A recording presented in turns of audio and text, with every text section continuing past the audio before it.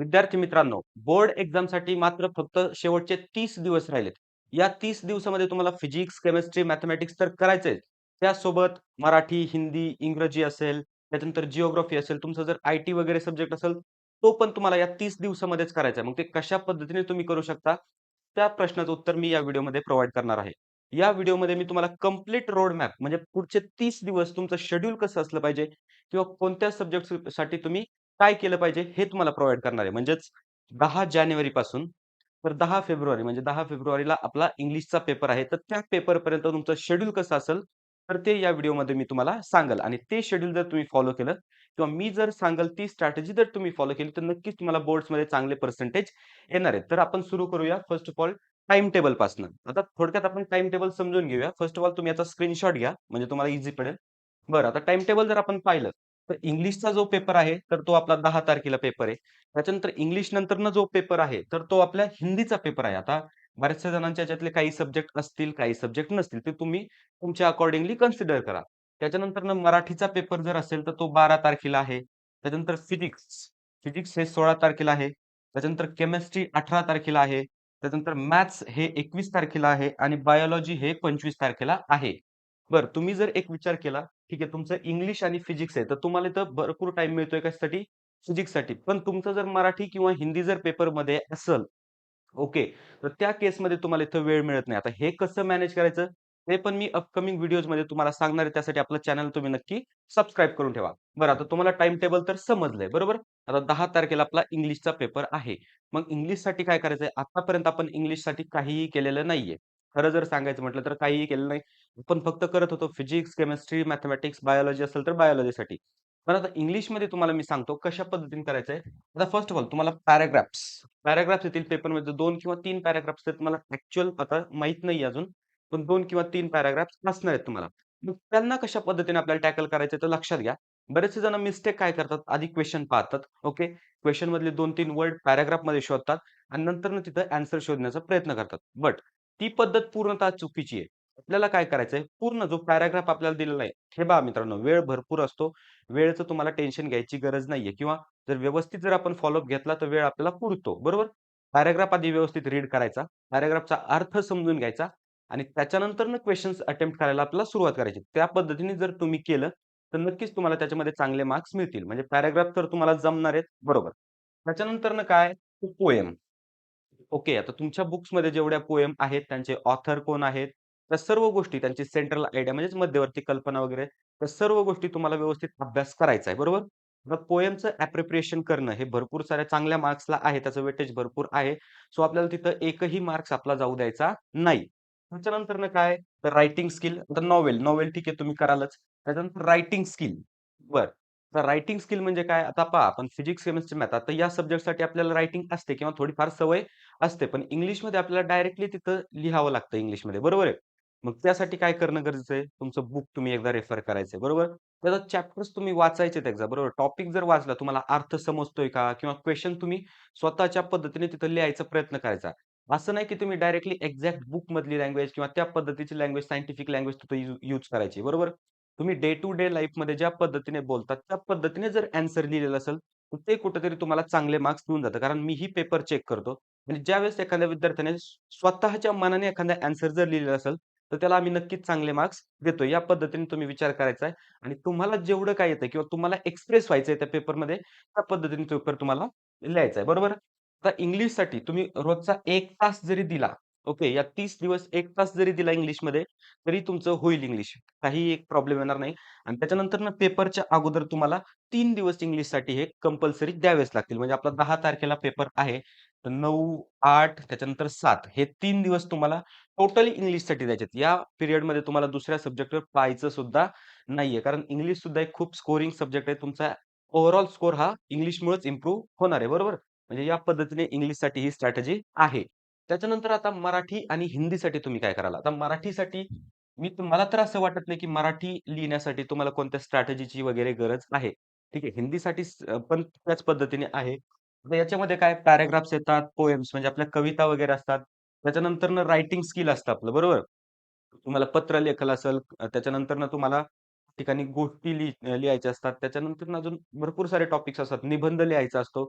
तर या टॉपिकची तुम्ही थोडीशी तयारी करून जायची आणि रायटिंग स्किलमध्ये मी तर म्हणेल, की तुम्हाला जे येतंय, तुमच्या मनाला वाटतंय, ते तुम्ही तिथं लिहा. म्हणजे त्या विषयाच्या अनुसरून जे असेल ते तिथं लिहा. जास्त इफेक्टिव्ह होतं. एक्झाम चेक करणाऱ्याला ते जास्त म्हणजे आवडतं. ओके. म्हणजे मराठी आणि हिंदीमध्ये काही जास्त काही सांगण्याची गरज नाही. तुम्ही डेलीचा यालाही 1 तास जरी दिला, तर तुमचा दोन्हीपैकी कोणता एक सब्जेक्ट असेल, त्याला देऊ देऊ शकता तुम्ही डेलीचा 1 तास. आणि त्याच्यानंतर सगळ्यात महत्त्वाचं आहे ते म्हणजे व्याकरण. आता मराठीचं व्याकरण खूप कॉम्प्लेक्स आहे. त्यासाठी तुम्हाला वेळ द्यावाच लागणार. जसे मार्केटमध्ये काही पुस्तकं भेटतात, ओके.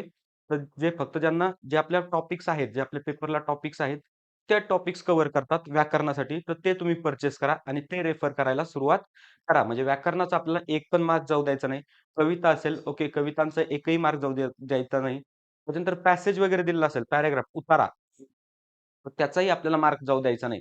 आणि त्याच्यानंतर पत्रलेखन, ईमेल रायटिंग या गोष्टी तर त्याच्यामध्ये आहेत. तिथंही आपला मार्क जाऊ देता कामा नाही. फक्त आपल्याला सुधारायचंय काय? तर आपलं writing skill. Okay. Writing skill मराठीमध्ये सगळ्यात इम्पोर्टंट आहे. बऱ्याचशा विद्यार्थ्यांना मराठी लिहायला प्रॉब्लेम होतो. का लिहायला प्रॉब्लेम होतो? मराठी लिहायची सवय नसते ना, त्याच्यामुळे मराठी लिहायला प्रॉब्लेम होतो. मग त्याच्यामुळे काय करायचं? थोडंसं का होईना रोज थोडंसं लिहायला चालायचंय किंवा लिहिण्याची प्रॅक्टिस करायची. पेपर रिप्रेझेंटेशन कशा पद्धतीने असतं, तुम्हाला थोडंसं पाहून घ्यायचं. म्हणजे मराठी आणि हिंदीसाठी तर तुमचं होऊन जाईल. म्हणजे इंग्लिश झालं, मराठी असेल, हिंदी असेल, या तिन्ही विषयाचं टेन्शन मिटलं. रोज तुम्ही या प्रत्येक सब्जेक्टला रोजचा 1-1 तास जरी दिला व्यवस्थितरित्या आणि व्यवस्थितरित्या जर फॉलोअप घेतला, तर काहीच तुम्हाला इथं अवघड जाणार नाही. त्याच्यानंतर सगळ्यात महत्त्वाचं ते म्हणजे फिजिक्स. ओके. फिजिक्सला बरेचसे जण घाबरतात. का घाबरतात ते? तर न्यूमेरिकल्समुळं. बरं, आता थोडेसे आपण जर न्यूमेरिकल्स साइडला ठेवले, तर न्यूमेरिकल्सच्या ऐवजी आपल्याला काय-काय आहे? डेफिनिशन्स आहेत, डायग्राम्स आहेत, डिस्टिंग्विश आहेत, डेरिव्हेशन्स आहेत, लॉज आहेत. या गोष्टीकडे तुम्हाला थोडंसं जास्त फोकस करायचं आहे. बरोबर? आता न्यूमेरिकल्स किती जर आपण पाहिलं तर ठीक आहे, 25 ते 30 मार्काला न्यूमेरिकल्स येतात फिजिक्सच्या बोर्डच्या एक्झाममध्ये. पण बाकीचे जे मार्क्स असतात, तर बाकीचे मार्क्स कुणाला असतात? तर लॉज विचारला जाईल तुम्हाला, डिस्टिंग्विश विचारला जाईल, बरोबर? त्याच्यानंतर डायग्राम काढायची सांगितलेली असेल किंवा डेफिनिशनवर व्हेरी शॉर्ट आन्सर क्वेशन यासारखे क्वेशन्स असतात, बरोबर? मग त्या क्वेशन्सवर आपल्याला जास्त फोकस करायचा आहे. हे क्वेशन्स तुम्हाला कुठून मिळतील? तर लास्टचे पेपर्स, बरोबर? तुम्ही काय करा, वायलन ॲप्लिकेशन हे डाउनलोड करा. त्याच्यानंतर लास्ट इयरचे पेपर्स तुम्हाला तिथं मिळतील. ते पेपर्स तुम्ही टाईम लावून सॉल्व्ह करा. टाईम लावून म्हणजे कसं? समजा स्टॉपवॉच लावायचा आहे, त्या पद्धतीने तुमचं त्या टाईम पिरियडमध्ये पेपर तो सॉल्व्ह झालाच पाहिजे आणि त्याच्यानंतर इव्हॅल्युएशन करण्यासाठी त्या पेपरचं तुमच्या टीचर्सकडे द्या, तुमचे मोठे भाऊ-बहीण असतील तर त्यांच्याकडे द्या आणि त्यांच्याकडनं तो पेपर चेक करून घ्या. म्हणजे ते तुम्हाला एक अंदाज लागून जाईल, की तुमचं नक्की प्रिपरेशन कोणत्या लेव्हलचं झालंय. आता याच्यामध्ये तुम्हाला काय करायचंय? Text book. टेक्स्ट बुक हे सगळ्यात बेस्ट आहे. तुम्ही जर थिअरी पार्ट पाहिला तर तो पूर्ण तुमचा टेक्स्ट बुकमधून कव्हर होतोय आणि न्यूमेरिकल्स जर तुम्ही पाहिले, ओके, न्यूमेरिकल्स ते सुद्धा टेक्स्ट बुकमधूनच कव्हर होतात. बरोबर? तुम्ही जर लास्टचे पेपर पाहाल बोर्डचे, तर फॉर एक्झाम्पल एक्स-वाय-झेड एखादं न्यूमेरिकल आलंय, तर त्याचा रेफरन्स नक्की बुकमध्ये असतो. ठीक आहे, व्हॅल्यूज चेंज असू शकतात. काही वेळेस तर direct as it is numericals तिथे येतात. सॉल्व्ड न्यूमेरिकल्स येतात. एक्सरसाइजमधले न्यूमेरिकल्स येतात. मग ते आपल्याला बिलकुल स्किप करायचे नाही. पहिला जो आपला कोण गुरु असेल, तर तो टेक्स्ट बुक आहे. त्याच्यामुळे टेक्स्ट बुक व्यवस्थितरित्या फॉलो करायचं आहे. प्रॅक्टिससाठी तुम्ही लास्टच्या 3 इयर्सचे पेपर्स तरी सॉल्व्ह करणं गरजेचं आहे आणि त्याच्यानंतर रायटिंग स्किल पण तुमचं इम्प्रूव्ह करणं गरजेचं आहे. म्हणजे आता पहा, आपण सी-ई-टीसाठी अभ्यास करतोय. त्याच्यामुळे आपल्याला शॉर्ट ट्रिक्स वगैरे हे सगळ्या माहिती आहेत, सगळ्या गोष्टी माहिती आहेत. पण आपल्याला ॲक्चुअल ॲन्सर कसं लिहितात पेपरवर हे माहीत नाही. मग त्यासाठी तुम्हाला काय करावं लागेल, लास्ट इयर कशा पद्धतीने सॉल्व्ड पेपर्स तुम्ही पहा. कशा पद्धतीने ॲन्सर लिहिलंय ते तुम्ही पहा. वाटल्यास जर तुम्हाला प्रॉब्लेम येत असेल याच्यामध्ये, तर माझा डिस्क्रिप्शनमध्ये नंबर आहे. तो नंबर तुम्ही घ्या. त्याच्यानंतर WhatsApp ग्रुप आहे. आपल्या WhatsApp ग्रुपमधनं सुद्धा तुम्ही माझा नंबर घेऊ शकता आणि मला कॉन्टॅक्ट करू शकता. मी तुम्हाला नक्की एक चांगलं मार्गदर्शन करण्याचं काम करेल. बरं, आता फिजिक्ससाठी झालं. त्याच्यानंतर केमिस्ट्रीसाठी काय करायचंय? केमिस्ट्रीसाठी सेम पॅटर्न आपल्याला करायचा आहे, बरोबर? ठीक आहे, न्यूमेरिकल्स केमिस्ट्रीमध्ये थोडेसे कमी असतात ॲज कंपेअर टू फिजिक्स आपण म्हणूयात. पण बाकीच्या ज्या गोष्टी आहेत, डेफिनिशन्स भरपूर साऱ्या असतात. डायग्राम्स काढायला येतात. त्याच्यानंतर डिस्टिंग्विश विचारले जातात. त्याच्यानंतर डेरिव्हेशन्स पण येतात. ओके, आता डेरिव्हेशन्स थोडेसे कमी आहेत फिजिक्सपेक्षा. लॉज भरपूर आहेत. ते लॉज तुम्ही परफेक्ट करायचे. लॉजचं स्टेटमेंट तुम्हाला विचारलं की स्टेटमेंट सांगता आलं पाहिजे. त्याच्यानंतर त्याचं एक्सप्रेशन पण तुम्हाला लिहिता आलं पाहिजे. मग यासाठी तुम्हाला काय करायचंय, रायटिंग प्रॅक्टिस तर तुम्हाला ॲज इट इज करायची. त्याच्यानंतर 3 इयर्सचे पेपर तुम्हाला इथं पण सॉल्व्ह करायचे आहेत. जर तुम्ही प्रत्येक सब्जेक्टसाठी लास्टच्या 3 वर्षाचे जर पेपर केले, तर तुम्ही डायरेक्टली प्रिडिक्ट करू शकता, की या इयरला कोणता येणार. कारण मोस्ट ऑफ क्वेशन असतील किंवा जो पॅटर्न असेल, तर तो ॲज इट इज रिपीट होतोय. बरोबर. मग तुम्हाला क्लिअरली आयडिया लागून जाईल, की नक्की पेपर कशा पद्धतीने असणार आहे. त्याच्यामुळे पेपरची जी भीती आहे, तुमच्याकडे मनात जी भीती आहे पेपरविषयी, तर ती कुठेतरी कमी होईल.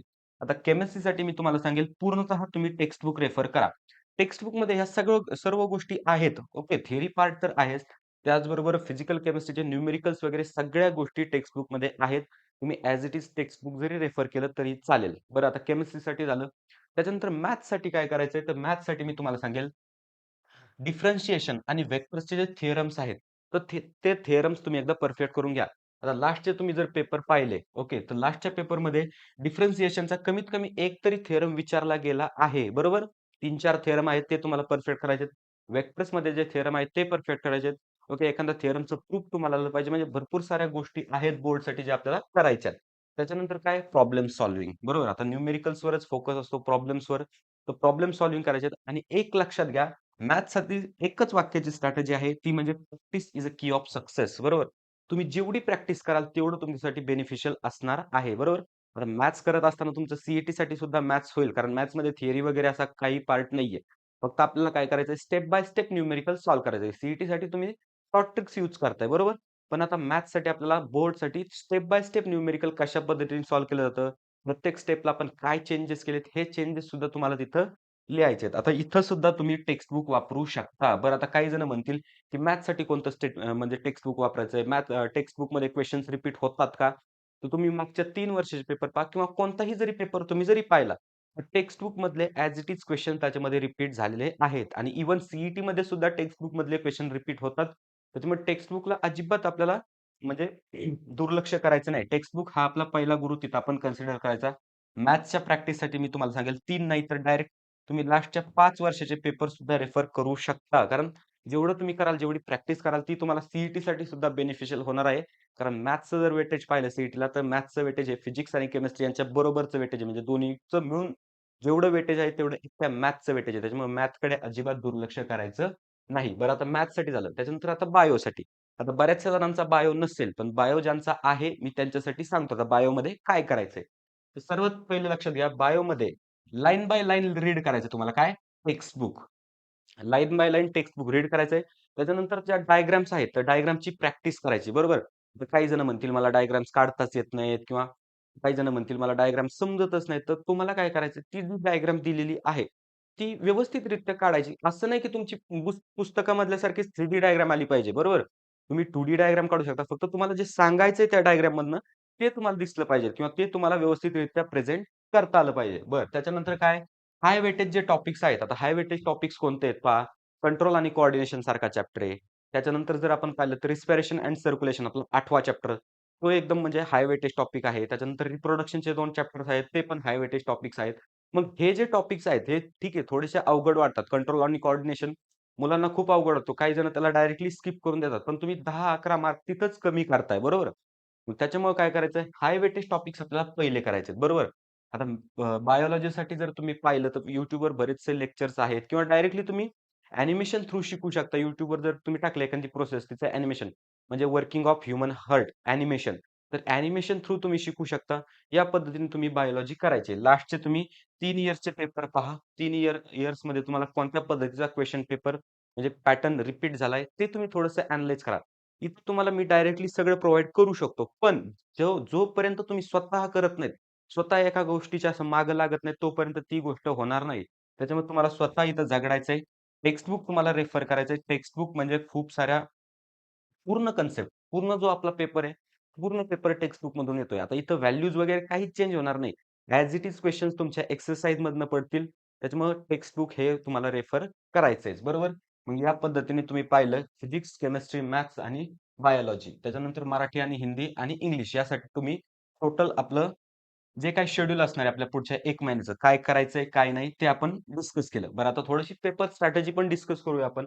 इंग्लिशचा पेपर आहे. आता मी काय सांगितलंय तुम्हाला, की 10 तारखेच्या अगोदर 3 दिवस आपल्याला काय करायचंय, इंग्लिश करायचं बरोबर. 3 दिवस इंग्लिश करायचं. आता काही जणांचं इथं काय असणार, हिंदी किंवा मराठी असणार बरोबर.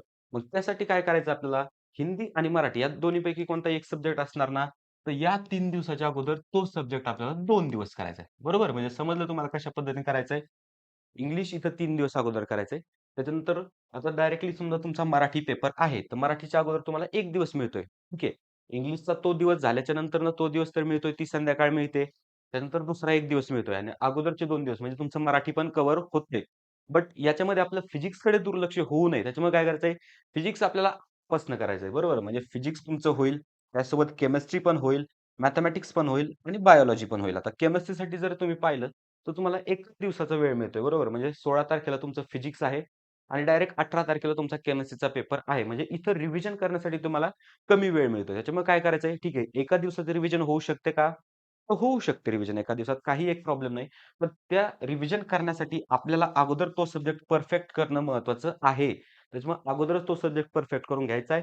सेम फॉर मॅथेमॅटिक्स आणि सेम फॉर बायोलॉजी या पद्धतीने तुम्ही करायचं आहे.